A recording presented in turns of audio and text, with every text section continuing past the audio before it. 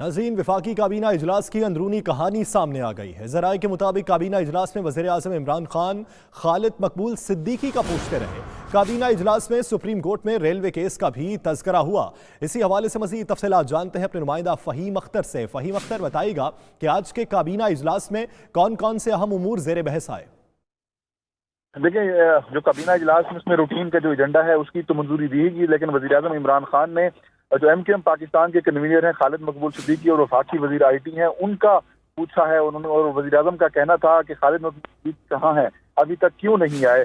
तो फिर बाद में वज़ीर आज़म का कहना था खालिद मकबूल सिद्दीकी को तो अब आ जाना चाहिए। जबकि ज़राए ये बता रहे हैं कि काबीना इजलास में सुप्रीम कोर्ट में जो आज रेलवे केस हुआ है उसकी समाअत, उसका भी तज़किरा हुआ है और शेख रशीद अहमद की जानिब से काफ़ी तहफ़्फ़ुज़ात और खदशात का इजहार किया गया है, जिस पर वज़ीर आज़म इमरान खान का कहना था कि अब शेख रशीद साहब, हम अदलिया से महाजराई नहीं चाहते, हमें अदलिया का एहतराम करना चाहिए, उन्हें मुतमईन करना चाहिए। वज़ीर आज़म का कहना था कि हम PIA मामले पर अदलिया को मुतमईन नहीं कर सके। जबकि ज़राए ये बता रहे हैं कि वज़ीर आज़म इमरान खान महंगाई ख़त्म ना होने पर मुआशी टीम पर काफ़ी बरहम हुए और उनका कहना था कि महंगाई कंट्रोल नहीं हो रही, आप मुझे मिसगाइड कर रहे हैं। जिस पर वज़ीर आज़म इमरान खान ने बादशाह मुआशी टीम में शामिल 5 जो वज़रा हैं और मुशीर हैं उन्हें कहा कि आप बैठें और महंगाई क्यों बढ़ रही है इस पर मुझे मुतमईन करें।